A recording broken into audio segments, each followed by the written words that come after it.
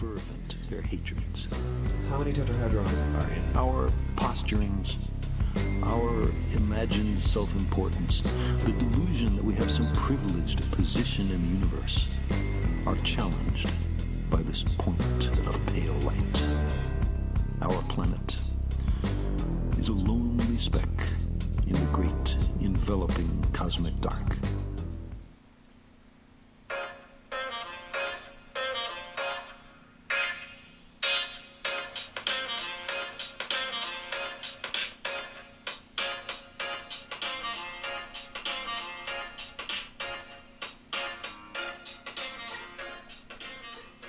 What's up, everyone? Welcome back to the Bigger Picture Podcast.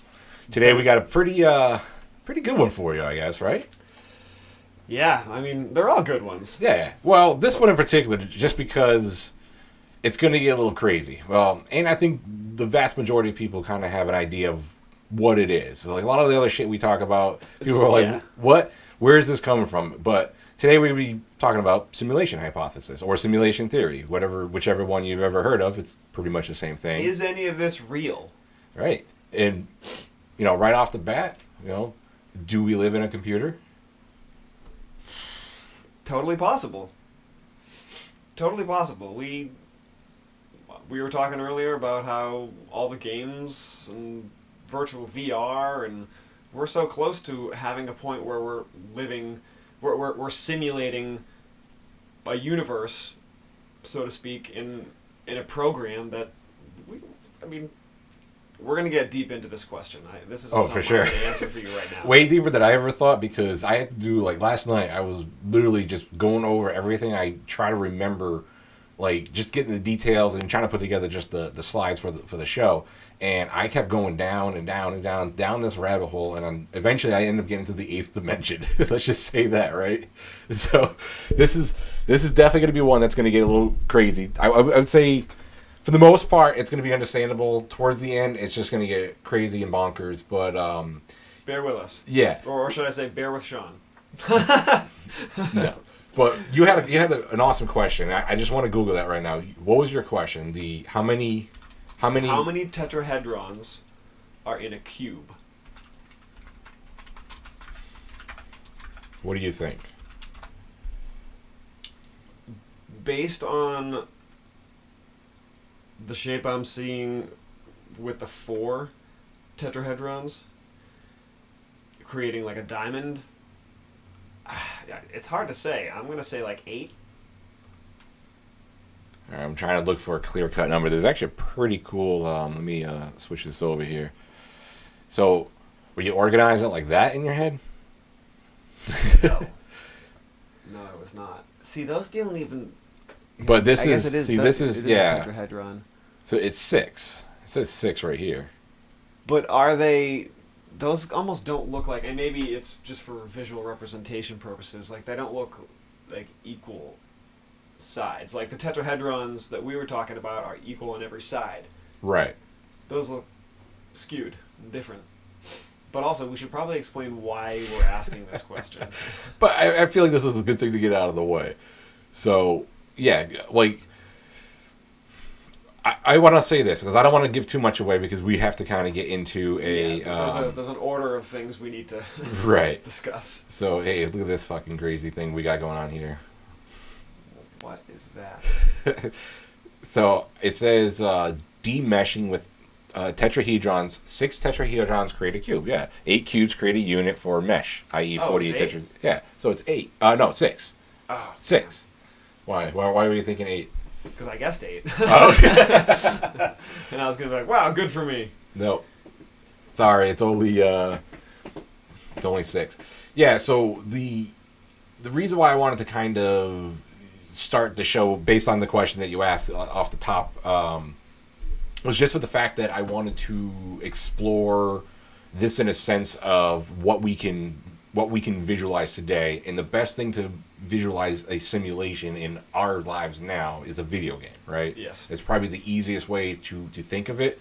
And when we get on later in the show, when we start saying tetrahedrons, we're talking about, think of it almost in the sense of a pixel, right? Yes. Or even like a polygon within a video game. Yeah, or I mean, but if we're talking about a simulation theory, a tetrahedron is to our reality or our simulation as a pixel is to The a 2D video or game. the 3D game. Right. So that's why I wanted to get that out there, and we just needed to know how many tetra. So 8, okay. Right. 8. So, but remember one of the reasons why we were talking about tetrahedrons in the first place? Because of your strange... I mean, it's like that's like 6 slides in. I feel Yeah, like. well, I think that's like 16 slides in, but I just want to put this out there too, is because we were talking about stacking, and we wanted to kind of figure out if a tetrahedron is more efficient in stacking than any other shape, and I believe it is, right? Yes. Because I think we figured that. I mean, you explained it a lot more like specific and mathematically, I guess. But the way my brain sees it is that like a tetrahedron, you can create curves easier with. Yes. Yeah. Whereas if you're using cubes, it's going to be rigid and almost like have like a rough texture. You know what I mean? Right. And we'll get into that. So almost like what Mario looked like in 1985. in Yeah. Regular Nintendo, and then fast forward to Wii. And he's all smoothed out and handsome, you know. He's got a got better that mustache than we do. chiseled chin too. All right, so we just wanted to get a few things out of there, just with the tetrahedrons, just because the last show we did was the sacred geometry, and I kind of wanted to piggyback this show kind of sort of on that and put that into the minds of the people. So if you're watching this show and you haven't watched the previous episode, which I think was number 7 with the sacred geometry, so the plutonic shapes and pretty much all those lines, we talked about why certain shapes are important and how they kind of interact with each other. And kind of moving forward, this is the kind of more, later on the show, I'm going to be kind of demonstrating a more scientific approach to sacred geometry, essentially. Right. And it has to do with simulation hypothesis. So I kind of want to get into it, but first, let's do another caveat here. And you wanted to talk about the Fermi paradox. So why don't you explain what I Fermi just thought paradox is? that the Fermi paradox was cool and thought it was relative to this somehow. So the Fermi paradox is essentially okay. Well, I didn't even know this part because I quite frankly didn't care. I didn't care where it came from. I just thought it was a cool hypothesis. So the Fermi paradox, named after the physicist Enrico Fermi.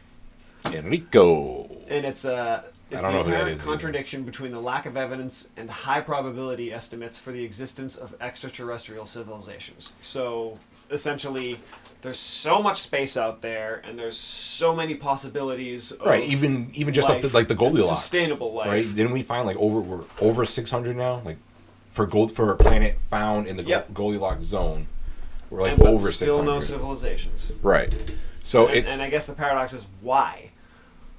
Why haven't we come across with anything else? Right, and they say like there's billions of stars in the galaxy that are similar to the sun and has similar solar systems. Theoretically, with as many as there, trillions and trillions of stars out there, there's got to be at least one, right, that would have a highly intelligent civilization that could contact us back. We haven't found it yet. Supposedly, that's a whole other podcast. I mean, in my mind, that'd be a great next podcast. Let's get into. In my mind, there are people or powers of the world, if you will, who have been in contact with extraterrestrials. But hey, I'm also a crazy person, so. Hell yeah. Moving on, though. No, we have not. We have not. Civilization has not come in contact with another civilization. And there's a few arguments against it too, kind of like maybe we are the leaders in intelligence in the universe, which is sad to say. So arrogant to think. Unbelievably arrogant. But it could be true, right? That's a possibility. Anything is a possibility.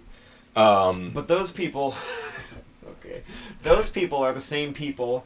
I'm sorry, religious people. I'm about to offend you.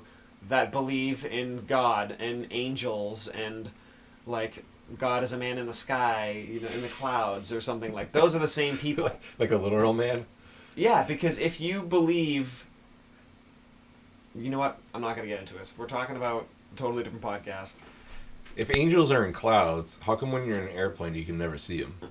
Because they don't want you to. Man. They only are seen when they want to be seen. No, it's arrogant to say that, to think that we're the most advanced civilization, we're the highest peak, because we also have stories of angels and demons and all these things that, like, where did those come from? So you're saying those are actual magical beings, like, that just poof came out of the nothing? Or is it more logical if you have a friggin' brain to think that it was a more advanced civilization that we couldn't distinguish from a god? Or it's a simulation.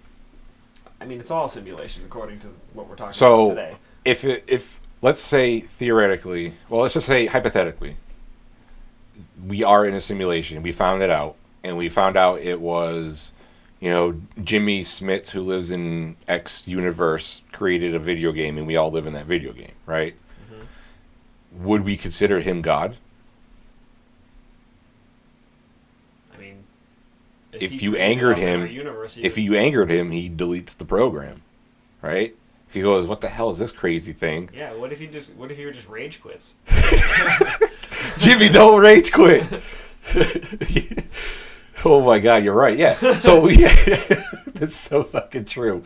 So what, would you consider him God, and would you take back everything you just said? Because that's what we're going to be getting into, stuff like this. I would consider him. Personally, I can only speak for myself. I would consider him a god in the sense that he was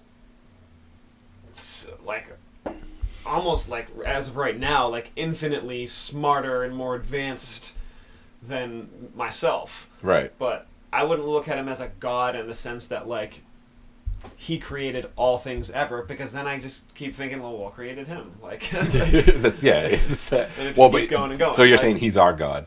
Yeah. So, and that gets back into the belief that I don't think God is an actual thing, a specific entity. I think it's everything. Yeah, it's Jimmy in his mother's basement in X universe or whatever.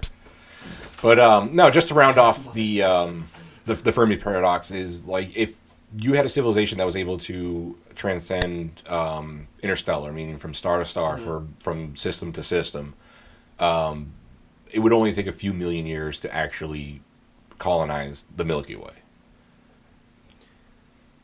So the fact that hasn't happened, right? Yeah, but in the grand scheme of things, it's not, though, because 13.8 billion years is what the universe is thought to be as old as. So in a few million years, that's a fraction of a fraction. Yeah. So if it hasn't happened yet, then maybe, I don't know, maybe we are ahead of the game. Maybe we're in a simulation. Maybe I don't know. So that's what the Fermi paradox is basically saying. In my opinion, since we haven't found all this life, when mathematics shows us that we should have by now, or at least come in contact with something or discovered something, then wow, I'm getting frazzled with my thoughts, man. We should have discussed this. We should almost do a rough draft of every show. Yeah, I mean that would take forever. We wouldn't be able to do that. It'd be a 5-hour show. Because once we get into the actual show and we start talking about it, all these different things start popping into my head. Well, that's why our shows tend to be an hour to an hour and a half, because we need to cover so much. Because there's so many things that you need to know before you need to know, right? All right, forget the Fermi paradox. We wanted to put it in place just because it kind of sort of supports simulation theory in a sense that if we haven't found any intelligent life out there in the universe, based on all the statistical data that there should be life out there, and we haven't found it yet, there's a strong chance that 1, we're either the only beings in the planet, or 2, we're the only beings in technically a simulation, because the simulation is only for us, right? So kind of supports it in a sense. But I also wanted to to talk about just kind of how we kind of got to this in a sense. Because a lot of us think of simulation theory, we think of computers and video games and things like that, because it's the easiest track to get down to, right? Because it's we can see it for our own selves how it works. But we had guys like Rene Descartes that were essentially philosopher, mathematicians, scientists, right? Trying to figure out what is, is there something more to just the physical world, just the material world? And he had the foresight to actually think about separating the consciousness of human in the body of human, right? So the metaphysics with the physical. In 1641. In 1641, nonetheless. Yeah, you pointed that out, and we had that discussion. What would you say? It was Columbus. Yeah, I was trying to think timeline-wise, and I was like, all right, this was after Columbus. It's after Columbus, so we, Europeans, I wouldn't say we, because I would say we as Americans, but right. We as Americans were technically here, but not as Americans. We were still European at the time. But yeah, pretty much the rest of the world was worried about colonization, and this guy's sitting in his study somewhere thinking about consciousness, right? Mm-hmm. And his dualism argument is the fact that you have is two sides of you. There's the conscious side of you, the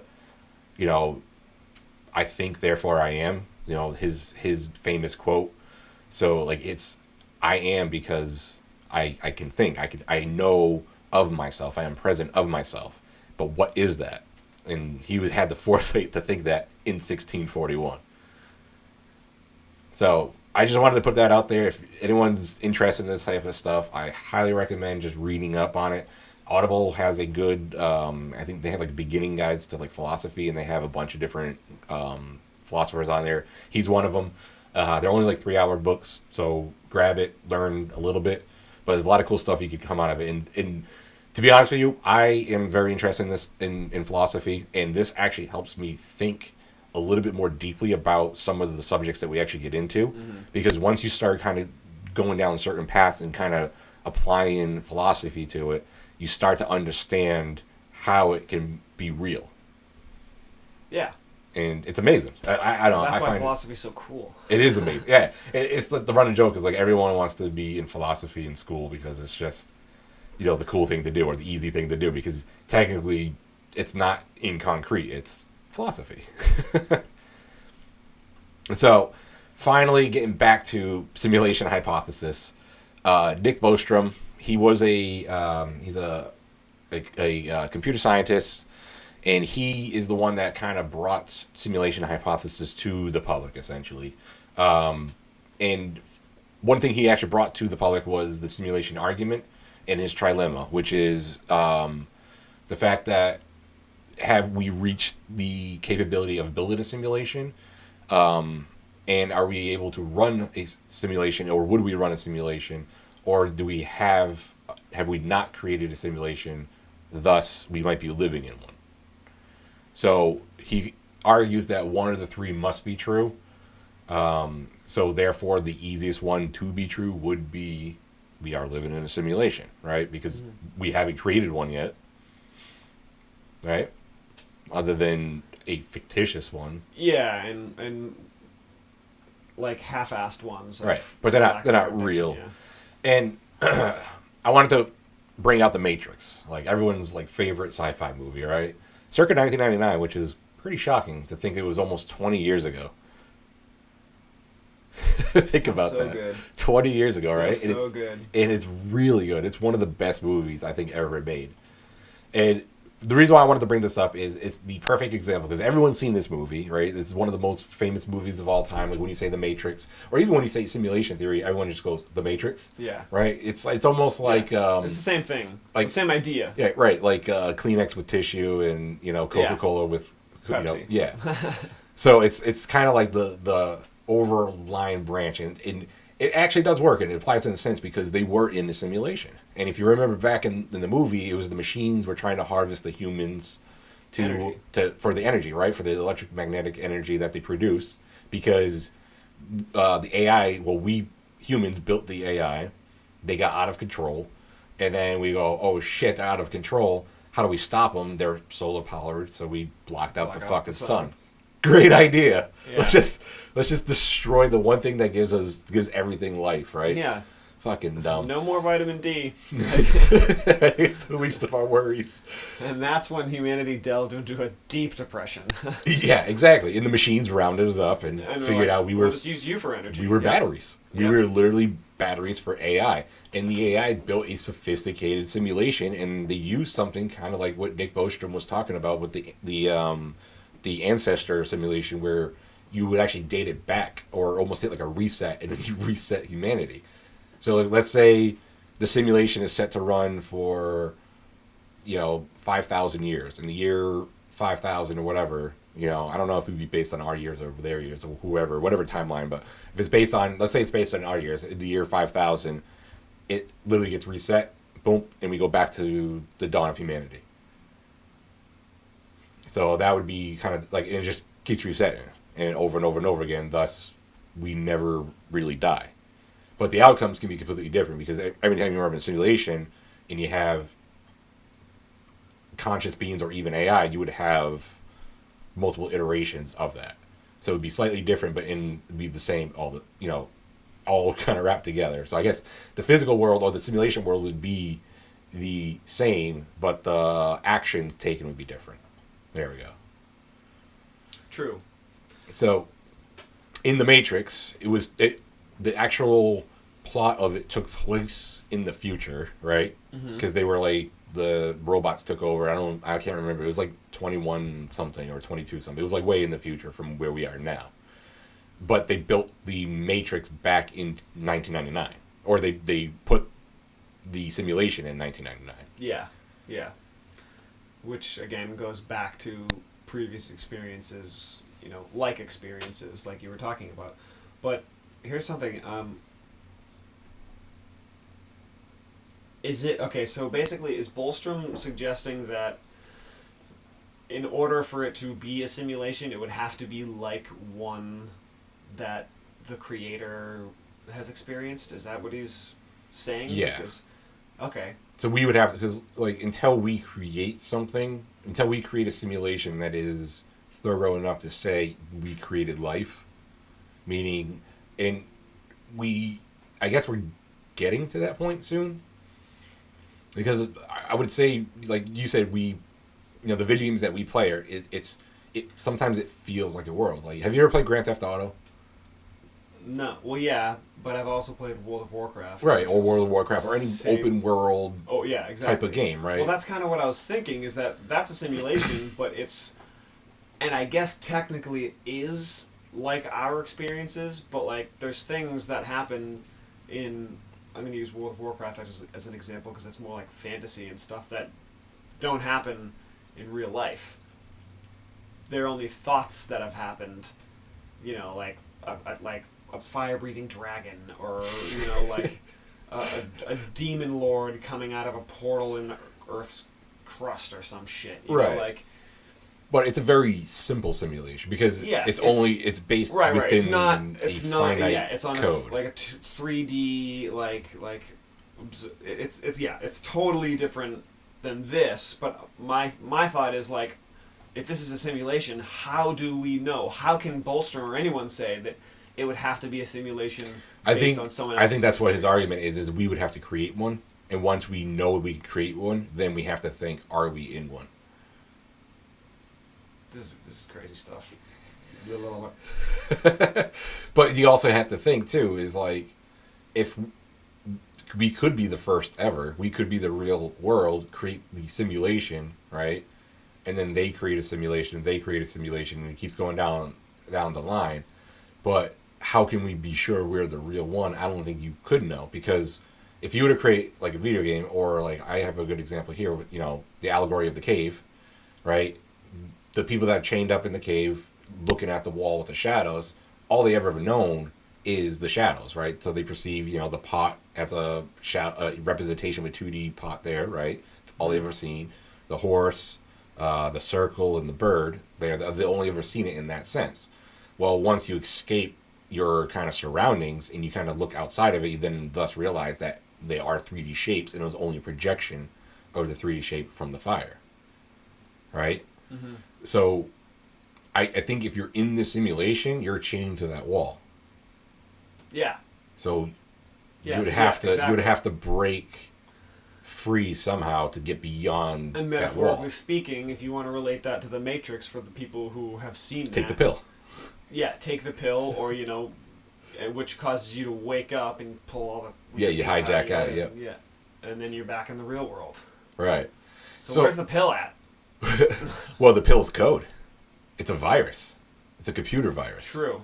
Because that's exactly what it is. Is you infect. So it's essentially, think of it almost as a Trojan horse. So you inject it without the Matrix knowing it. So it lives and breathes within the Matrix without it ever knowing. And once it's actually used within a human, the code breaks out. And that's exactly what a Trojan horse is on computer viruses. It's a beautiful, and that's why I wanted to use the Matrix as kind of like the starting point, the launching point of this whole thing, because it's such a good movie and it explains simulation theory almost to a T in a very strong visual sense, because we all work with computers and we've all had a virus on a computer. Once you get a virus, how hard it is to get it out of there. So it's the same thing. Like you could say like, as soon as he takes the pill, the Matrix should know there's a virus, clean it up. Well, they did, and that's what the agents were, right? They recognized that Neo, which is the protagonist in the Matrix, he kind of was outside, or he had something wrong with his code, right? So they are essentially the antivirus of the Matrix, is Agent Smith. Yeah. It's such a good movie for simulation theory. Yeah, and it's just like you said, it's such a good representation for most people to be able to grasp it. You know what I mean? Like, yeah. And Bostrom, to his credit, I think he published a few books back in the early 90s talking about simulation and being in computers and how it could be possible. So it's not like in 2003 is really when it kind of came mainstream, and it's probably because people saw the Matrix and they're like, "Oh, I understand." Started thinking about it. Yeah. They probably started thinking about it, and probably started freaking out like we all do. But there's two kind of sides to this, and one thing I wanted to touch upon too was biocentrism, real quick. And all this is it's the proposed theory that you need to have an observer, right? There needs to be some type of consciousness to observe it. So even if you're in a simulation and you came up with a point of how like your senses would work, right? So if you were in a simulation, you're saying like you can get received input from like sound, like making a sound sends off waves, and the body vessel is technically just a receiver, right? So all you're doing is taking the waves and perceiving it as sound. But you were saying there were like your love or fear or the other emotions. Yeah. Could that be triggered by the simulation, or is that separate from the consciousness? Kind of like what Descartes was talking about with the dualism, right? Yeah, I mean, again, I think that it's separate because everything else about our reality, whether we're in space, whether we're looking at a screen, whether we're doing anything, is created by our five senses. But when you feel happiness or love or fear, that feeling, not the cause of that feeling, not what caused you to feel those things, but the effect, right. The effect. Yeah. You don't feel that or perceive that with any of those senses. That is coming from some other plane or world or whatever. I don't know, or your consciousness or whatever. It's not. It's profound. Right. And then biologists would argue like, oh, it's just the pheromones and chemicals blasting in your head, but what triggers the blast, right? Because they're always there, they're always present, but they're present in low levels, and it's until something happens, right? An action is applied, which would be kind of like a computer, like a command, right? Like if you're playing a video game and you're telling your character to, go kiss a girl, like in The Sims, I think you could do flirt or whatever, right? But that's the difference, is that. But somebody playing you or an outside influence made the action. Yeah, but the entity isn't the player experiencing that feeling. No. You know what I mean? Like, yes. It gets so confusing now. But it's the biocentrism, it revolves around essentially you would be the center point of the universe. So, and it really kind of comes back down to video games. So, and especially how video games are created. Because you got to think when you're playing as, like you said, World of Warcraft, you're playing as your character, your computer is only rendering what the user's seeing, right? Right. So biosynthesis would be in the same way as if your experiences with the universe is created by your own consciousness. So everything that you experience around you is based on you. But when you're not there, it doesn't exist. Yeah, and I wonder often because, and I feel like this is relevant, is like my reality is my reality, but your reality is your reality. Right. And like, how do I know that like you're just not a part of my Your simulation? reality. Yeah, Like, exactly. like- And that's what biocentrism is. It's everyone and everything is made for you. It's for the biological being. And I wonder, like, what if you were the only person on Earth? You know what I mean? Like, and Well- obviously that's hard to think of because you had to come from someone, but like for shits and giggles, like, Who's to say you didn't walk into a Best Buy and somebody's like, "Hey, you want to try the new demo of our VR?" And you pop that shit in, and you're sitting there for, I don't know, maybe 20 minutes in this VR, but in real time, but in game time, it's, how old are you, 33, 34, 35? I made you look younger. 35 years. 30. So maybe you experience it, maybe you experience 35 years in the 20 minutes. And then next thing you know, like, the guy's like, "All right, your time's up." He lifts the goggles up, and you're like, "What the fuck am I in a Best Buy?" But to you, maybe you died in the simulation, right? R.I.P. Best Buy. Changing lives. Imagine how freaked people would be. Like, they're sitting in this, like, comfy, like fucking chair, like in their home theater section, and some fucking nerdy ass kids like, "Oh, you want to try the VR?" And then, you're just sitting there. And you're like, "Ah, fine, whatever. I gotta kill time." The wife's shopping for whatever. Oh, I'm just sitting here killing time. Pop those things on, and all of a sudden, it's the fucking most realistic thing you've ever experienced. And then you actually lived from a child all the way through death in a matter of just minutes. And then come to realize it was just all a game. Oh, God. I'm going to be thinking about this episode for a long time. But it kind of goes back to this, too, like the twin slit experiment, where...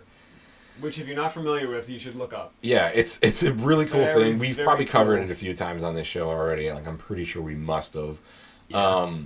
And essentially what it is like when you send particles through a kind of a plane that has slits in it, you get the same result over and over and over again. But once you observe it, then the result changes. And it has to do with waves and how things are perceived. And it's a cool thing, but it kind of implies that once you have an observer, it kind of changes the physical world around you. And it's the same thing with like Schrodinger's cat, right? Put the cat in the box, it's both alive and dead, because you don't know until you actually open the box and observe it. And once you do, then that reality is that reality. But before you open the box, both realities exist. Yeah. So it's not until you have an observer that could change the world around you. And again, kind of goes back to the biocentrism, goes back to the dualism, which goes back to a simulation. It's very possible that you, as a being within the simulation, is the one that the polygons or whatever is created around you, right? So it's very interesting ideas of how people throughout time have always had this thought. And now that we started getting into computing and we have these worlds that we build ourselves, it's almost becoming a reality now. Right? It's like we're so close. We are so close, I think. And I wanted to include this slide here, and this is just artificial intelligence over time. And you can see, like, we started building computers in, the early 1950s. The stuff that was on, like, the Apollo missions and all the stuff that brought us to the moon was all in development for a while. And it was actually kind of the beginning of learning code. So machines that would actually learn patterns or specific equations and output them as almost as if you just asked a question and it'll give you the answer. Then for all of a sudden we just had kind of a dark period of really nothing going on, and it wasn't really until like the 90s is when they started kind of coming into their own, where computing power was actually, I think it was overshadowing Moore's law. And are you familiar with Moore's law? No. No. So Moore's law is the thought of computing power will double every 18 months. And since computers were invented, it has been true up until right about now, actually. That was about 2 years ago, I think. In which case it's more? Slowing down. Oh, slowing down. Unfortunately, yeah. Unfortunately, it's slowing down. But what Moore's law is, so if you think kind of in the way of like exponential, right? So if you had a computer back in the first computer ever and had a computing power of 1, then 18 months would go by, you would double it. You have a computer power of 2. 18 months would go by again, so that's now 3 years later, you have a computer power of 3. Or no, 4, sorry. I lost track there. I was doing Fibonacci for a Doubling second. it every time, yeah. Yeah. So you have a computer power of 4, but then just 3.5 or 4.5 years later, you have now a computing power of 8, right? And so on and so forth until you get to a certain point. And that's been true, and we have actually exceeded it, slightly above it. We were actually doing it almost every like 13, 14 months. We were doubling our speed up until right about 2015 when we just kind of hit a wall.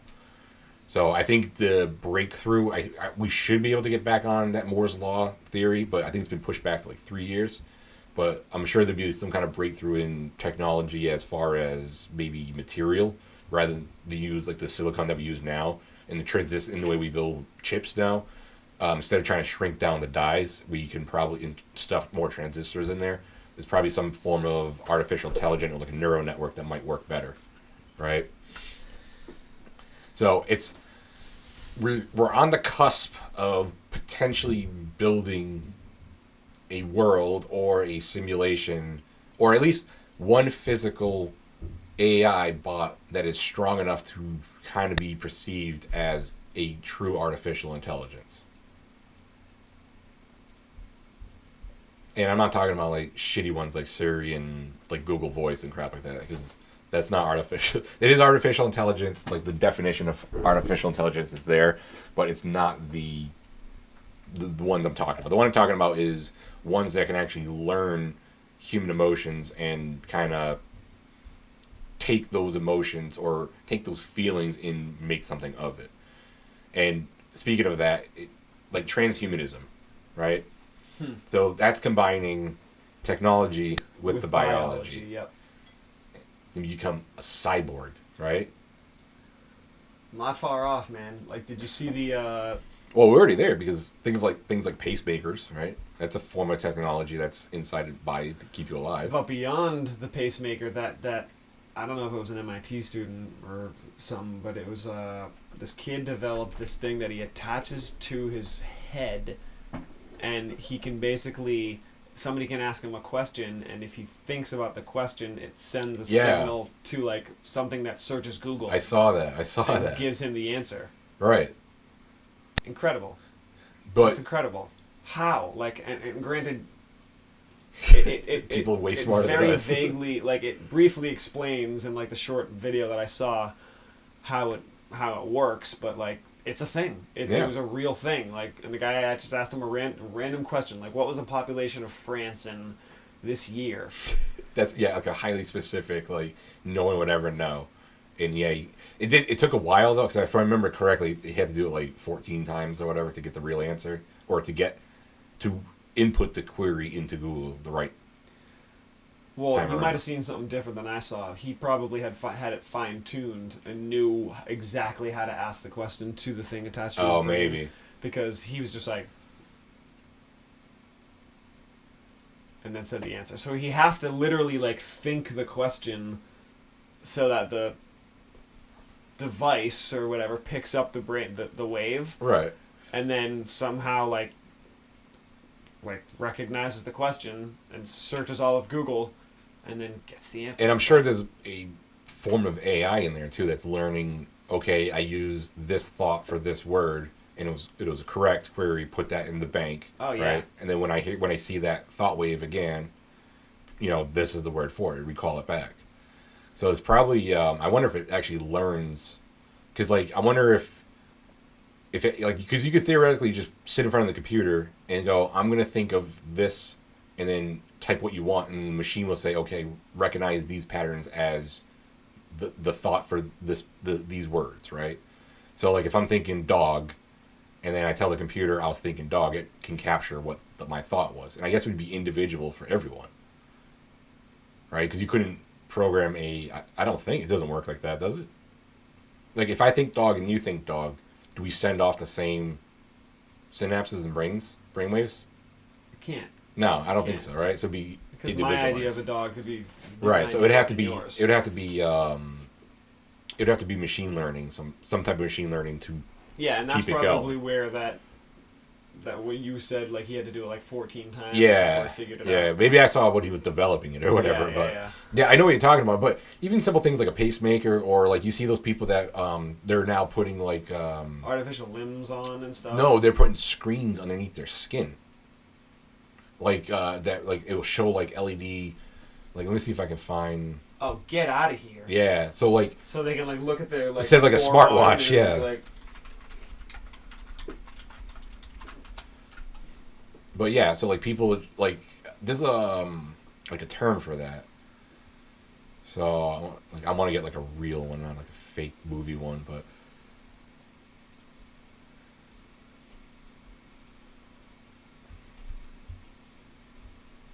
Yeah, so like something like this, like you can put it underneath, and you can actually like interact with it with like apps and stuff like that. Oops. So it's kind of a shitty picture, but there are things that are out there that are like that. They're implants. It's nothing to do with like the skin, but it's kind of like devices you kind of stick in your arm. Like these are fake ones down here, I believe. right. Yeah. But like people are doing that now, or they would do like attach almost like earbuds.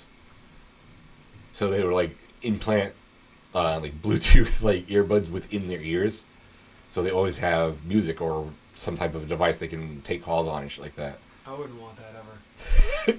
Imagine hacking that and just fucking blasting. That's literally the first thing I thought. Like, what if someone hacked into that? It's like, you're gonna listen to "Don't Stop Believing" by Journey for the rest of your life. No, it'd be like fucking like Bop. Yeah, like something just like super annoying or some shit. Oh my god, I get knocked out. It's like, but it's like random though, so it's like when you least expect it. So it's like you're like, oh, I'm so tired about going. I get knocked out. Oh shit! You wake up. That'd be awful. But no, people are doing it now, and this is technology that we have now, and you know they're saying nanobots are only a few years away because they already have. They're already training certain cells to eat cancer, right? Or even eat HIV. So that's a form of a nanobot. That's terrifying. It's gonna be awesome, man. Yeah, but imagine like the power that you have with it's going to create like a massive gap in the social classes is the issue, because the rich are going to get all these awesome devices and become essentially superhumans, and then everyone else is left behind. Actually, have you ever seen the movie Gattaca? Gattaca? Yeah, no. With Ethan Hawke and Uma Thurman, I think, is in there. I don't think so. This is like 97-ish. Oh no, definitely not. Maybe, I don't know. I might be dating that more than but forget that. Have you ever seen Elysium? 97, I was right. Elysium, I think I have. Yeah. Elysium is Matt Damon. It's yeah, the one yeah. Where like all the elite live up in that like artificial. Yep, and they're trying to break in. Heal themselves like that, and you know. So Gattaca was a movie 1997, same thing. So they would actually rearrange. So Gattaca is the so like GATC would be the letters in DNA. Mm-hmm. So Gattaca is kind of using the DNA code to kind of make the name out of it. But they would change essentially kind of like what is it, CRISPR now, where you can change certain aspects of DNA. So you can actually take out like bad portions of DNA and insert like good ones. Like they can do it now where they can actually change eye color. Oh yeah. So Gattaca is based on the technology that you can actually kind of have designer babies and make your baby exactly how you want it to be. Yeah, but have almost superhuman powers. So in the movie, the people that were rich always had like highly intelligent babies, and these kids would grow up to become the leaders of the world. It'd be like the president of the United States, or like astronauts, or like, somebody that creates, or like a huge inventor, or, does something. So the whole storyline is about like this guy that is born naturally, that was just naturally intelligent, and he played off like he was a Gattaca kid, or like a Gattaca human, and he actually had to like break into like this it's like a Gattaca only school, because it's like for people that are superior intelligence, and it's a fascinating movie. And I don't know how we got on this topic, but oh, we're talking about transhumanism. But so that's what it'd be, is it's engineering the biology. We're there, man. And it's only a matter of time when you start engineering the brain, right? And how we think. And once we start doing that, it's like we're creating essentially superhumans. And I don't know I think we briefly talked about this before the show. We're talking about the Initiative 2045, where this guy here, he's a Russian billionaire, and essentially he has a goal to get to kind of like a simulation. So he calls it a hologram, or a diagram like Avatar, where a human consciousness would live inside some type of a world or a simulation. So his goal is by 2045, he's going to have his own simulation, which would prove or disprove Nick Bostrom, right? Mm-hmm. So two sides of the spectrum here. This guy's actually trying to create it, and he could be successful, because I don't think by 2045, but I think we are traveling towards that path, right? Because if you look at the trend of how AI was slow and how we're building in, just think about like I said, like Siri is shit AI, but it's AI, and it's everywhere. There's, I don't know, 10 billion iPhones in the world. Yeah, that doesn't make sense. It's not that shit. I mean, it's... Well, if you said what is the population of France right now, it would probably tell you, right? Yeah. Well, it would send you to a link that would give you the answer. Right. It could provide you a means to find the answer.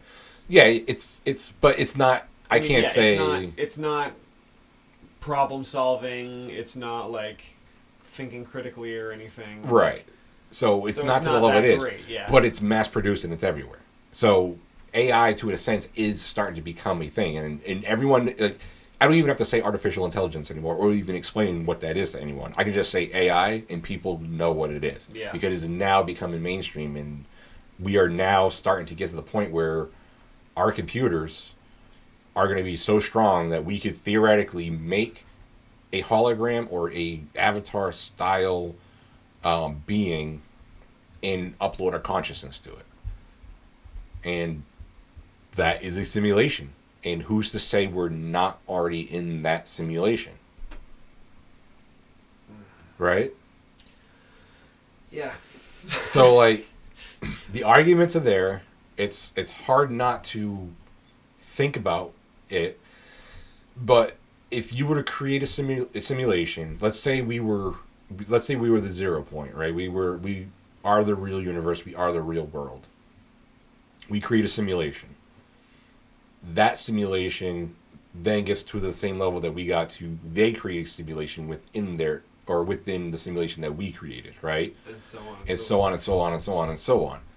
At what point, if you would imagine the probability that we are the real world or a simulation, and you start doing the math of it, and you go, there's no way we're the real world, right?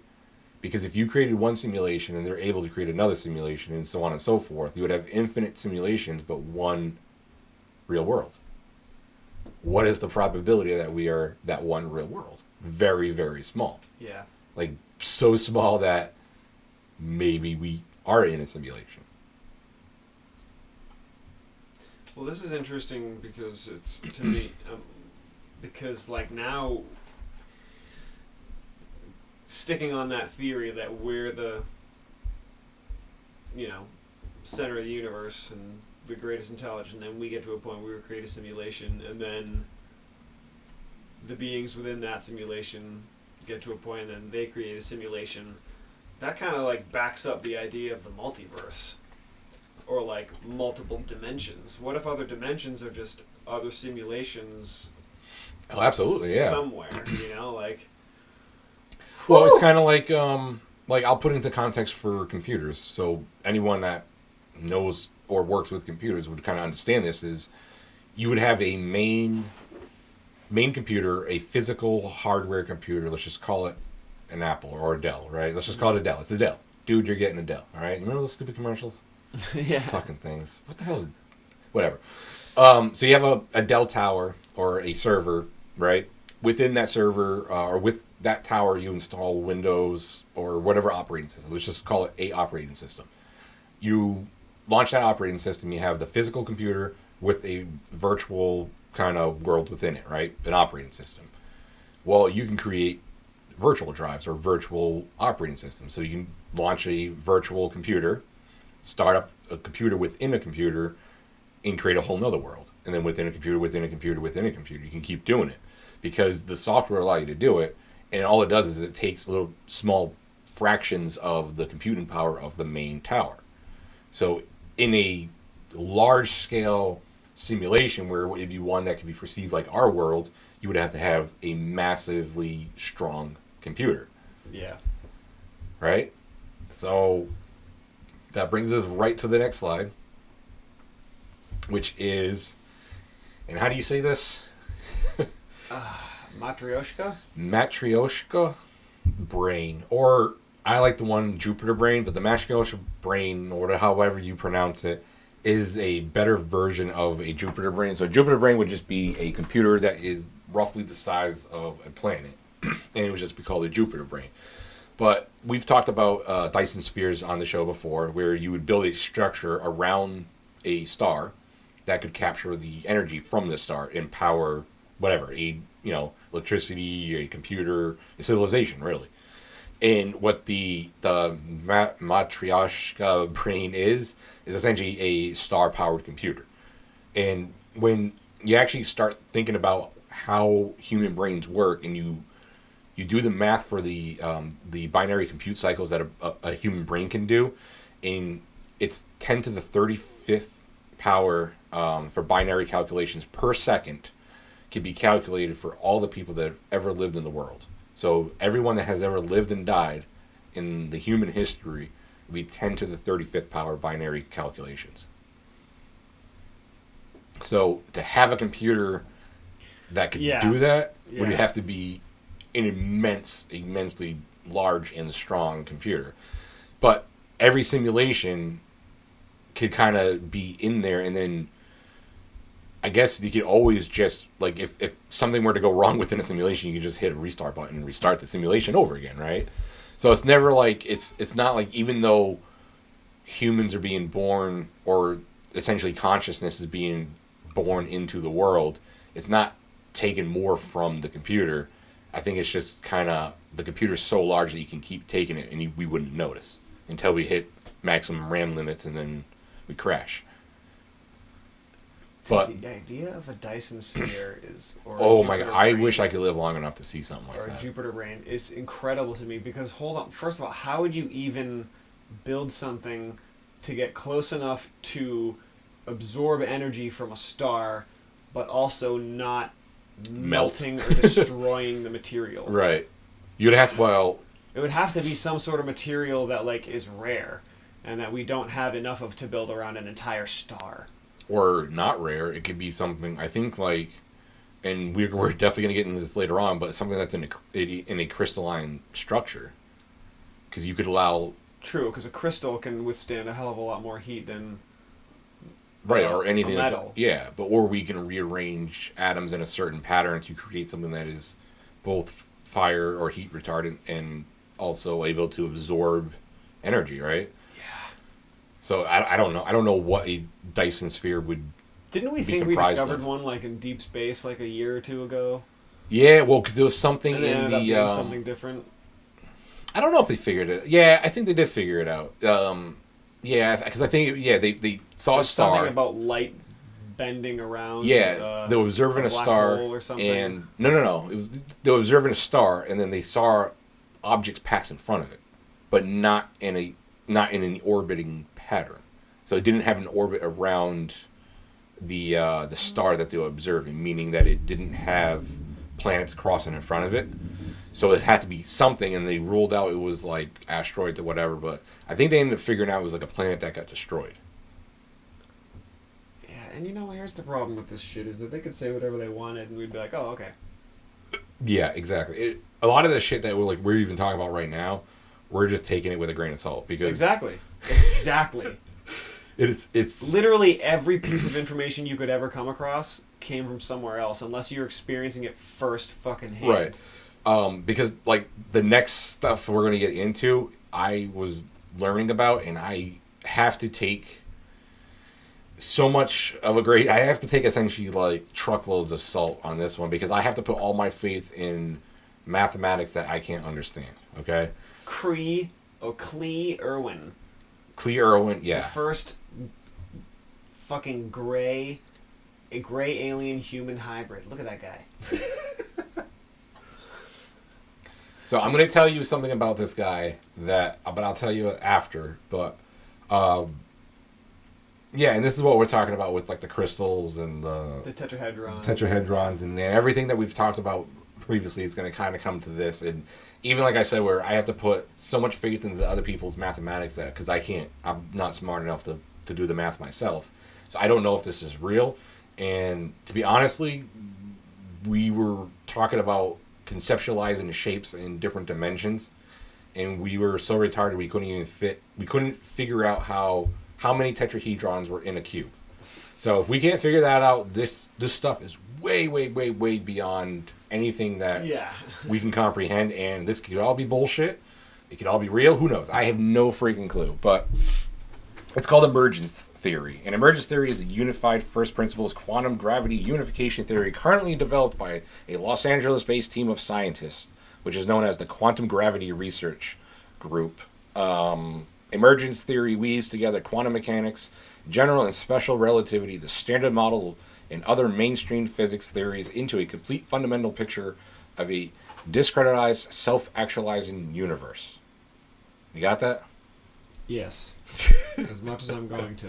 So, like Chris said, Clee Irwin, the first ever gray human hybrid. I totally see it too.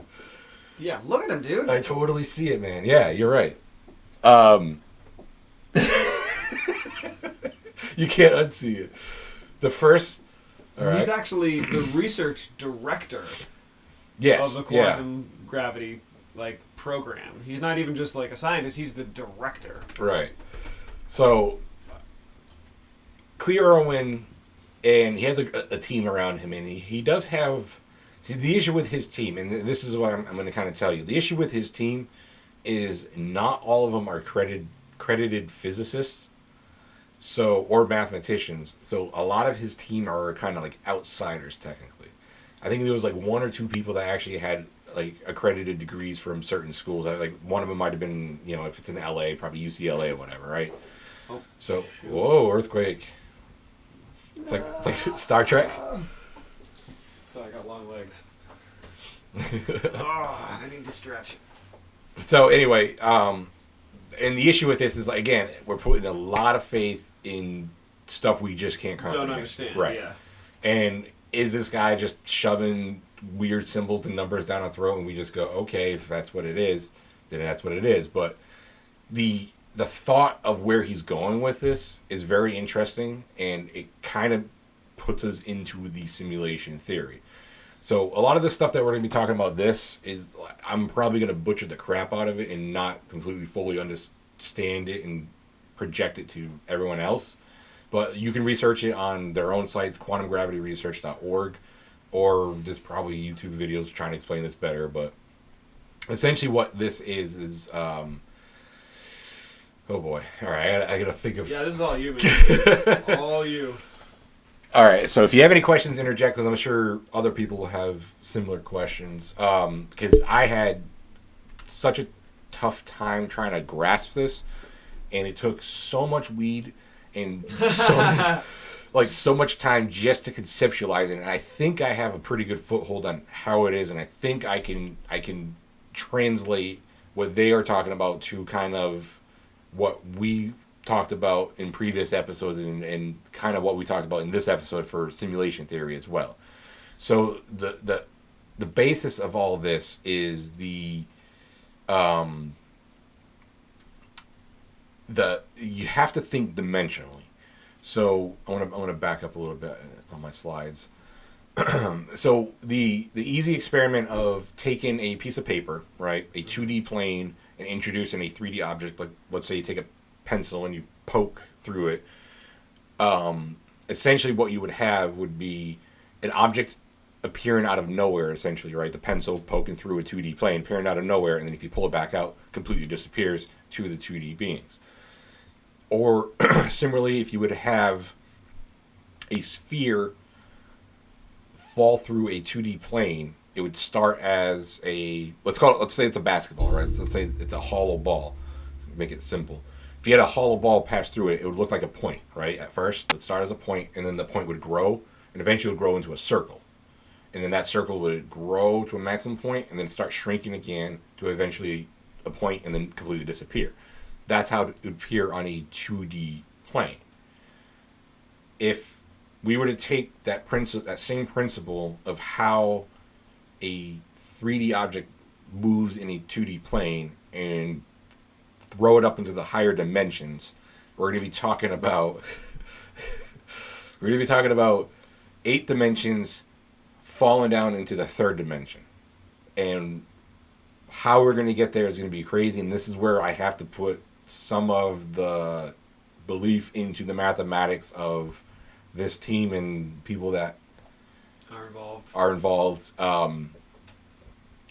So, all right, I'm struggling to kind of comprehend and wrap my head of how I should even start this, and I'm thinking it should be starting with the actual shape itself. So the shape that they're talking about is what's known as the E8 lattice, and the E8 lattice is an 8th dimensional crystalline structure that is made up of points and vertices. So if you were to take essentially all the points and vertices within this 8th dimensional shape and plot them out on a 3D space, you would have something similar to the one that's on the right here. So the one on the right would be a 3D space representation, and the one on the left would be a 2D space representation. And as you can see, the shape is so complicated that we can't really even comprehend what it is, even in our world, right? So I'm going to read something to you about emergence theory, and then we'll talk about it, because this is going to get a little hairy. So I'm going to read that little paragraph to you, and I want to get your thoughts on this. All right. Emergence theory focuses on projecting the 8th dimensional E8 crystal to 4D and 3D. When the fundamental 8D cell of the E8 lattice, a shape with 240 vertices known as the Gaussian polytope, is projected to 4D, 2 identical 4D shapes of different sizes are created. Okay, stop. Okay. So when trying to project the 8-dimensional E8 crystal into a 4D and 3D world, it creates duplicates of it? So I'm going to back it up to this slide here. So see how they have the 8D crystal, these are 2D representations of these dimensions. So 2D representation of the 8D crystal, which would be the E8 lattice, right? Is that shape there projected to a 4D? See how less complicated it gets?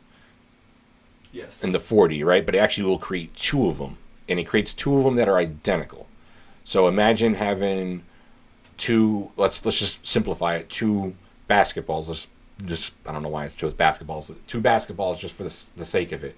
It would be 2 basketballs that are identical, every form, every little dimple on it, every little line, anything that is on the basketballs, even like the Spalding or whatever, the brand, right? Everything will be identical, but one is going to be smaller than the other. And I'm going to continue reading on this. So it says the ratio of their sizes is the golden ratio. So if you had the 2 basketballs, one is going to be, the large one would be considered as 1. And then the smaller one would be 0.618, all the way through 5, the size of the tall one, right? So when we say we're projecting a crystal to a lower dimension, you can't necessarily, like how we have the pictures here, we can't represent the full shape in these dimensions. So the projection is a simple way to think about it is a shadow, right? Mm-hmm. You're standing in the middle of the street. The sun is, let's say it's like 4 o'clock. It's a little bit off centered. You look down at the shadow. The 2D plane would be the street, right? So the ground would be the 2D plane. Your 3D representation on the 2D would be your shadow. It's a representation of the object. Right. So because you can't just take an 8-dimensional shape and put it into a 3D world because it wouldn't fit. It's the same thing like passing the ball through the 2D plane. You see it as a point, it grows, it changes in a certain way, and it comes back and eventually disappears. So you only see small portions of it. And then going back to the previous slide here, you notice that the 8D crystal projected to a 4D dimension becomes a 4D quasi-crystal. So quasi-crystal is essentially the projection of the crystalline structure from whatever dimension, right? So you could see how less complicated it is because it's only a fraction or a portion of the actual 8D crystal. And then when you go down even further and you project the 4D quasi-crystal down to our dimension, the 3D world, it actually becomes a bunch of tetrahedrons. Just packed in together, but alternated in a way. So if you have a tetrahedron, right, and you pivot it, if you pivot it in a certain way, it creates a shape, right? Mm-hmm. But every tetrahedron that is in this quasi-crystal projection is in the golden ratio. So every single little blip on this little picture here is a 3D model tetrahedron that is arranged in angles to the golden ratio. That's craziness. And again, this is all based on math that I can't understand. So these people have figured it out. So I'll keep on reading. So each of these shapes are constructed of 600 three-dimensional tetrahedra rotating from one another by golden ratio base angles. That's what I was just telling you about. So there are 600 three-dimensional tetrahedra, right? 600 of them packed into the shape, all rearranged in angles based on the golden ratio. So it says, we refer to this 4D shape as the 600 cell. The 600 cells interact in specific ways. They intersect in 7 golden ratio related ways and kiss in one particular way. So what they mean by kiss is if you have, I kind of wish I had some visuals here. Let me see if I can do this with my fists. Okay. So if you have 2 spheres, right, and you were to pack them next to each other like this, you have them touching each other, which is called the Planck line. So you have them touching each other there. It's the closest it could ever be to each other, right? So if you were to pack like stacks of fruit, like apples or whatever, you know how you keep putting them on top, they keep falling down because you're bound to a certain area. But if to pack them in right, they have to only touch each other in a certain part. Where they say they kiss is that's what they're talking about, is when they touch. Yeah. So, but tetrahedrons can be packed in way, way, way, way tighter than a sphere, right? So that's why there's 600 tetrahedrons packed into this one shape with 7 golden ratio related intersects, whatever the hell that means. So it says 600 cells interact in specific ways to form a 4D crystal, quasi-crystal actually. By taking 3D subspaces of this 4D quasi-crystal and rotating them from one another at a certain angle, we form a 3D quasi-crystal that has one type of prototile, a 3D tetrahedron. So what that is saying is, if to essentially look at the E8 lattice, an 8-dimensional shape in a 3D world, it basically boils down to a 3D tetrahedron, right? So this is where we're gonna kind of get a little crazy, because this is where I'm trying to come at this. Where how does this relate to the real world, right? And you can go on their page, that Gravity Research Project, whatever the hell it was, quantumgravityresearch.org. Yep. Yeah, you can go on there, and they have a page where it says emergence theory for layman. good luck reading that. I would consider myself a fairly intelligent person, and I was struggling just to get through that because this paragraph that I just read to you is actually from that page. So if you didn't understand the emergence theory focusing on projecting the 8-dimensional E8 crystal to 4D and 3D, so on and so forth, you might struggle with it, but you can read all about it on there. So the next parts here, I'm going to try to kind of use my interpretation of it, and I hope this comes off as right. So with this whole E8 lattice thing, there's a few things that we have to kind of understand. So the theory is that the tetrahedra are packed in everywhere. So meaning our world is comprised of these 3D shapes that are packed in all together, right?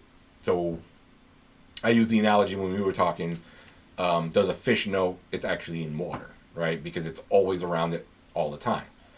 And like you said, it's not until the fish comes out of water that we realize that, hey, There's another world. there's another world out there, right? So we were saying the same thing, is like, how would you ever know you're outside the simulation?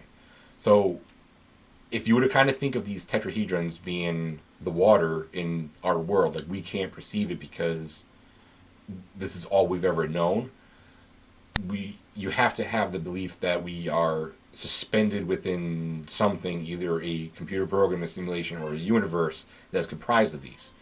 But what's cool about this E8 lattice is if you plot certain particles and how they kind of pop in and out of existence in our world, if you would actually plot the mathematics on it, it creates the E8 lattice, which is the weird thing. So now what their emergence theory is trying to kind of put together is all the particles in the universe are technically eight-dimensional crystals that are coming into the 3D universe or projecting a certain part of the 3D universe through the quasi-crystal tetrahedron, or the 600 cell into the 3D tetrahedron. So the entire universe, everything that we've ever seen, known, this desk, the microphone, the screen that you're watching, is all made of tetrahedrons that are turning on and off at certain periods of time. So, but this can only happen if you have consciousness. And this is where the emergence theory is trying to meld physics and kind of, I guess, the consciousness into one. And the way it works is the tetrahedrons are almost like pixels on a screen. And I have a pretty rough picture that I just drew right before the show, just to kind of talk through how this kind of works in the 3D world. So if we start looking at the whole, right, I have, those would be like screens. So imagine those are 2D, LCD screens, probably one that you're looking at right now, right? 2D screens all back to back to back to back to back. And our world is perceived going through the screens. So if you were to take one of those screens out, it would be a moment, right? So I included just a picture of everyday living, so just a street.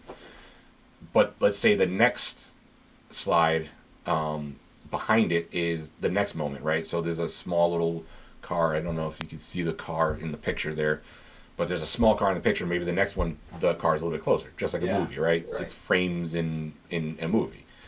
So it'd be the moment. So imagine that being an LCD screen.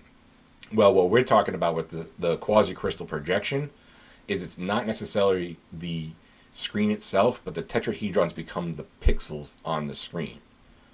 So just like a screen, like when you say, I want to watch a movie, and the movie is saying, here's the picture, the movie or the code for the movie is telling the screen to light up certain colors in a certain area to project a picture. Just as if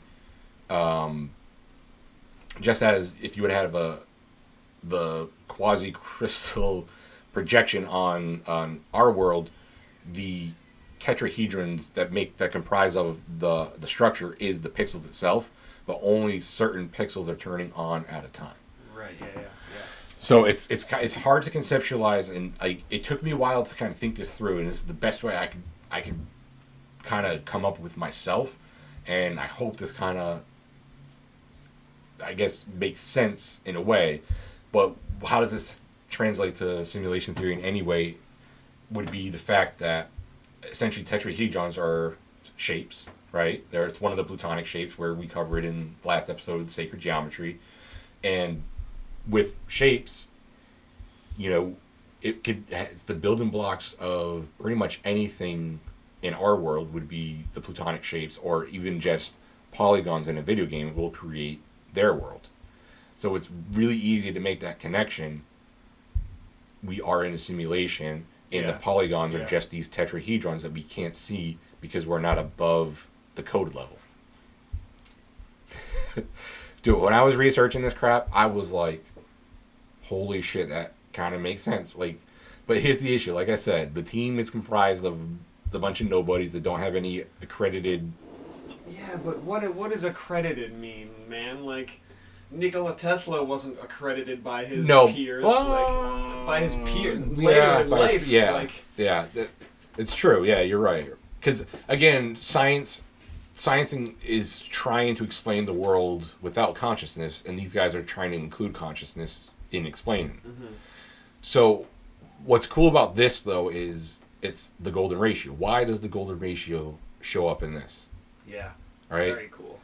And when I was researching this, I've heard of the 8 lattice before and how it could be linked to simulation theory. I heard some of this stuff. When I was actually researching it, I didn't realize it is connected via golden ratio properties, which makes you think, is the golden ratio the program or the code behind the simulation? Because everything, we covered this to death in the last episode. But and did we talk about the number 9 in the last episode? I don't think we did. I don't think we went into numerology. Well, forget numerology. Like the Oh, you're talking about like the 9 code within the 9 universe, code, yeah, and how it's in like everything. Mm-hmm. Actually, how many points on a tetrahedron? It's not. Is it 9? 1, no, 2, it's not 9. 3, Yeah. 4. How many faces? 4. 1, 2, 3, 4. 4. 4 and 4. Man, it's not 9. No.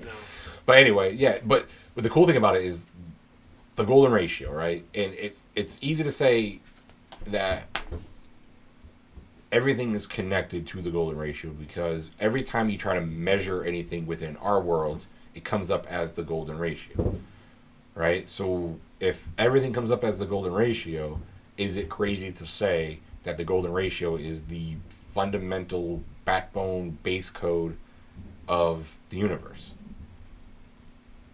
This is like... I think that's crazy to say. This is like C. Makes sense to me. Right? Or, for a web browser to be HTML. And it's the base code of how things are read. And if we're in this simulation of some kind and it's being run by some mega computer, the whatever Ashaki, I can't remember what it is, the Jupiter brain, one of those computers, and they can power these crazy tetrahedrons, who's to say that the computer that is running our simulation is not in the third or the 8th dimension? My brain just fucking got scrambled there. Right? Dude, because if it's in the 8th dimension... my brain the whole show. But right, because we're talking about a computer that we would have to have a star to power to make a simulation as real as ours, right? Yeah. If you live in the 8th dimension, you have all the power of all the stars right away. Yep. So this could just be Jimmy in his mom's basement in the 8th dimension playing The Sims. Or a very advanced version of The Sims, and that's what we are. Or it could just be, I don't know, it doesn't have to be Jimmy in a computer. It could just be somebody running a simulation in the first place. Oh, God. This episode melted my brain. Like, melted it. So, what are your thoughts? Like, do you think we live in a simulation? I think it's entirely possible. I don't like to say yes or no to questions like this because, obviously, there's not really a definitive way of us knowing. But I'm going to stick with what I said earlier before the show started. I think that it's entirely possible for us to be in a simulation, but I think our consciousness is separate from that simulation. Right. So you're saying like it's whoever we are is our consciousness, and we're plugged into this world. Something else, yes. Right. Like the Matrix. Yeah, but I mean, yes, but and then to go further into it, if you believe in mass consciousness, and we're all one consciousness, Like a universal one. universal consciousness, what does that mean? You know what I mean? That kind of makes my opinion of whether we're in a simulation or not Is that harder to grasp. or is that the master computer? Like the universal consciousness is the math behind the golden ratio, right? So throw a bunch of calculations into a computer, it spits out a bunch of, answers or a bunch of I guess, code essentially at that point. And some of that code can be consciousness, some of that code could be matter, some of that code could be, well, I guess you can't have, and I guess that's what this E8 lattice, this emergence theory kind of explains, is it's the consciousness plus the matter equals the, I guess, the universe, right? Is that kind of what you're saying? Because you can't have... Kind of, but... I don't... Dude, this you threw some curveballs in this simulation theory episode that I was not expecting. It's kind of melted my brain, and I need some time to think on it. Yeah, and again, like I said, the research team, I'm basing this all what they understand. I'm not saying that this is fact. I don't I'm understand also personally not downplaying them just because they're not accredited. Neither am I. physicists, But you know until what I mean? somebody smarter than me says, "Hey, that actually makes a lot of sense," then I'm going to jump on board of this. But I've always had the notion that we lived in some type of simulated world or some type of computer world, just because of the probability factor of it.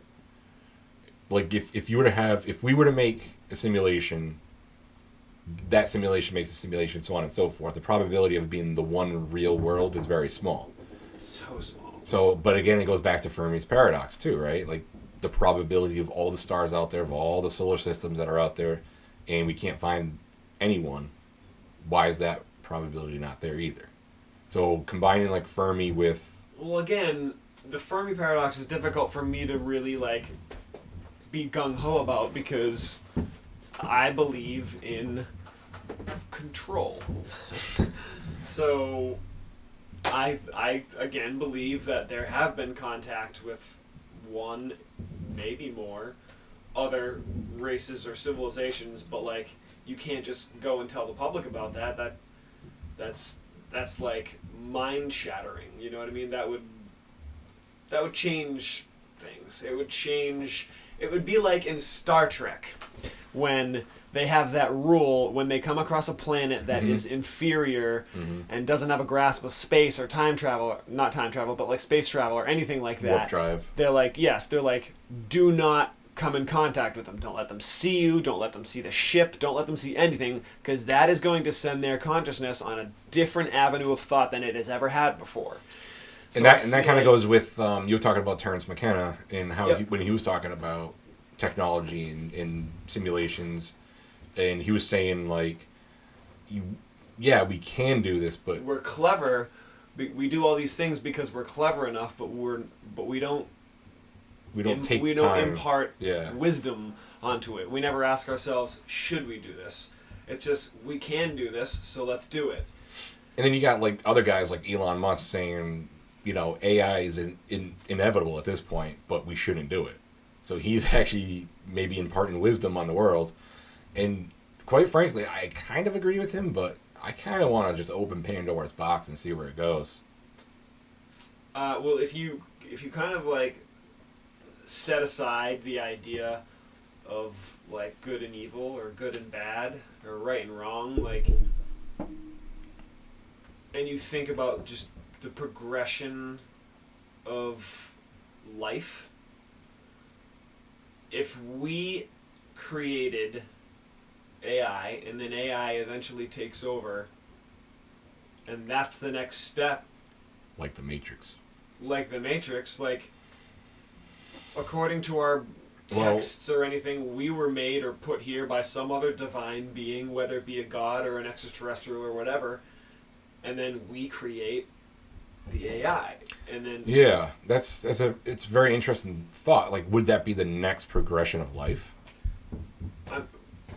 you going back to the cyborg thing, like Yeah, we're the already transhumanism. like, on We're- that path. We are. We are. It's scary, but it's awesome at the same time. Like, it'd be cool. Like, I have significantly bad problems with my knees. My ligaments are all fucking stretchy, and my knee shifts all the time. And I always make the joke of, I wish I could just get a bionic knee. And we're really not that far off. No, you're not far off at all. And to be But honest with also- you, with the amount of pain that I'm in, I would do it. Like, the other stuff with, like, the screens under the skin, I'm not about that. But Yeah. if I can fucking walk and get a bionic knee, maybe I can fucking dunk off the knees. Yeah. How fucking awesome would that be, Maybe right? jump over your own house, like, Yeah. Well, it'd have to be as or like strong run- as your bones run could way handle. faster, But you know what I mean? I guess if it was from the knee down, right, it wouldn't matter because I could theoretically jump, like you said, as high as I want and because land your on knees would be the ones supporting it. the impact. 'Cause as long Oh, as somebody build me some as long bionic as you knees. bend your knees while you're doing it and don't keep them straight, then your bones wouldn't really have to deal with the impact. Your knees would take all the impact, or your feet, or Right. your ankles. Oh, that'd be so awesome. But I need a bionic knee. And now, see, this is kind of getting into a maybe like another episode. But like, okay, so you want bionic knees. I'm gonna But- wait. I'm gonna wait until the next episode to get into Yeah. But like where you're going with this is like with the transhumanism is like at what point like changing out a knee not that big of a deal, right? Or changing out like a limb because we kind of do that with prosthetics now anyway. But it's when you start changing out the mind or the consciousness, right? So like a lot of them are saying with that initiative, the 2045, is their goal is to be able to download consciousness to a hologram or an avatar of some sort, right? And which would be a simulation, which at that point we would have hit 100%. the simulation. That would 100%. You can't even. There's no way it's going to be by 2045 because his projections of where like, we should be at right now is having robotic something like robotic human. And the idea at the end of it is to live forever, right? Yeah. And if you could put your consciousness into a hologram or an avatar that is indestructible and can't die, then you can live forever. Right, because it'd be like cloud computing. You would make multiple servers around the universe. Well, I feel the need to maybe like trail this off because we're approaching. Yeah, hour we're and a approaching half. that hour and a half mark for sure. to discuss how like A couple different things. Our bodies are just like machines. They're just like machines. They Yeah. just use organic tissue instead of non-organic tissue, like metals and shit like that. Right. You know what I mean? And there are things within that we can consume, like that are super beneficial to our bodies. And if you Like want to get weed? into some other crazy things that aren't really about this episode, which is why I said maybe this is a good segue into a different episode. There's all kinds of things that, you know, like forbidden knowledge, so to speak. Right. That like, you know, Methuselah, for Mhm. example. Methuselah apparently lived to be like 900 and something years old Right. as an organic entity, not as a robot, not as a hologram. So, Or was it? Or were they programmed to live that long? Maybe they found a glitch, or maybe there was an incorrect, input. or you have the monatomic gold thing, where it's supposed to be extremely beneficial and rejuvenating and almost revitalizing and rebuilding cells. Rebuilding the stem cells, like, because at some point Right. your cells start like stop. Fuck, I can't remember the scientific term, but anyway, like, what if we are going towards that point, but there's also that there was a fork in the road at one point, and we, like, if we treated our bodies the right way and treated nature the right way and became one with nature in the ways that we should have, then maybe we could have longer longevity and live longer, and like our bodies wouldn't be as affected by all the things that we have today. I see what you're saying. Do you see what I'm saying? Yeah, like, and that's like the beneficial of the universe would benefit us personally, like meaning our yeah, because you hear about all these things that are so good for you, and like again the monatomic gold, or like consuming like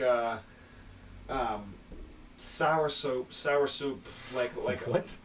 the big spiky plant thing that has like all kinds of like alkalinizing like properties, and all these different foods and things that are in nature that are meant to keep your body pure and all that, but we don't Maybe that's part of the game. Maybe the game is for us to stay alive as long as possible, and trying to figure out like these little parts of the game. Maybe like a plant here, a plant there, or a medicine that we made there.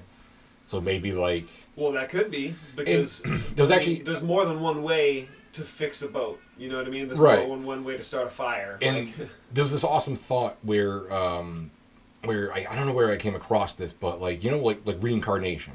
Yeah. Like, what if reincarnation is just part of the game? Like, meaning you get to the end of life, you got your high score, and then the next one restarts based upon your next how you did in the previous version of the game. Right? So you as Chris right now, you go, let's say you lived until you're 85. Once you got to 85, you died in the game, and then the next rendition of you get reincarnated. It's the same consciousness, but you get reincarnated as like a new character. Maybe now you're Juan from Puerto Rico. You're a completely different person, right? But it's the next level, or the new character. Kind of like any game that has like a rogue element to it, where it's always different. So like an awesome one was a game called Rogue Legacy, where you enter a castle as a knight, but when you die and it restarts, it's not the knight that you went in with before. It's a whole new guy, and it just, you keep going into the castle and dying, meaning that every life after it is progressed based on how far you got into the castle. Interesting. So the simulation theory is I loved it. I loved it ever since I was a kid. I highly subscribe to the simulation just because it makes so much sense, and to be honest with you, it actually gives me comfort in the universe rather than being this, you know, there's a God and he created the universe and there's all this stuff for us. Does it make you feel more comfortable with the idea of death? Not really, because I was already kind of comfortable with it in a sense, but yeah, I guess now that I'm thinking about it, yeah, because here's the thing, I always thought I was comfortable with death too, but recently when I felt that anxiety, which are very similar symptoms to like cardiac stuff. Yeah, it feels like you're dying. When you start thinking about dying then, once you're like faced with the idea of death, it's a hell of a lot more scary than when you're not faced with it, you know, like. Well, yeah, because it's kind of like when you, like, if you take some heavy psychedelics, right, and you need to kind of let go of that ego, you have to kill that person, that self. You can't be afraid then, right? Mm. It's kind of a similar sense, I guess, where, yeah, you're right. If you think of it as a simulation, is it easier to cope with death? Yeah, because maybe it's just a video game. It could be. Reincarnation should maybe be another episode. I mean, there's a lot of people that think reincarnation is real because they have irrational fears of things. The Dalai Lama or epigenetics and things like that, right? So it's very interesting. It's very, very cool too. We could do a whole episode based on that, but I would love, to hear other people's comments on simulation theory. Maybe even this E8 lattice thing that's brand new that's coming out. I can't make fucking heads or tails of it. So if somebody can explain it to me, if I didn't explain it right, or if I did explain it right, maybe you can kind of shed light how I got to that conclusion, because I don't really understand it other than I just smoked a ton of weed and it popped in my head. Like, that's how it popped into my head, and I just went with it. So, man, I finalizing this, I have a friend who I haven't talked to in years, so it would be kind of weird for me to just hit him up randomly, but I was hanging out at the bar the other night, and I saw a friend of his who played in a band with him back in the day, which is how I knew him. Right. And he was saying that said friend who I initially brought up always loved math when we were playing shows. He was a drummer, so he really loved the off-timing weird stuff. Yeah.